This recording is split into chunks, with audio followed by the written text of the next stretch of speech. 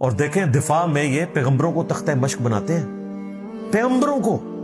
کہتے ہیں جی موسیٰ علیہ السلام سے بھی تو بندہ مر گیا تھا، اگر عبد القادر جیلانی نے بندہ مار دیا تو کیا حرج ہے؟ بھائی موسیٰ علیہ السلام سے جو بندہ مرا تھا وہ انہوں نے بندہ مارا نہیں تھا، مکہ مارا تھا، اور مکہ جو ہے وہ قتل کرنے کا انسٹرومنٹ نہیں ہے،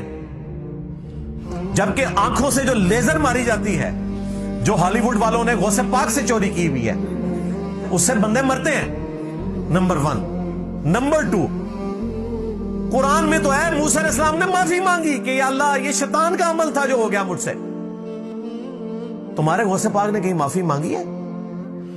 اس سے اگلی بات، قیامت کے دن موسیٰ علیہ السلام اپنے اس قتل کو یاد کر کے کہیں گے کہ آج میں اللہ کے حضور تمہاری سفارش نہیں کر سکتا کیونکہ دنیا میں مجھ سے بندہ مر گیا تھا، تو تمہارے غوث پاک 70,000 مریدوں کو کہاں سے لے کے جائیں گے؟ وہ تو معافیاں مانگ رہے ہوں گے قیامت والے دن، لو سامو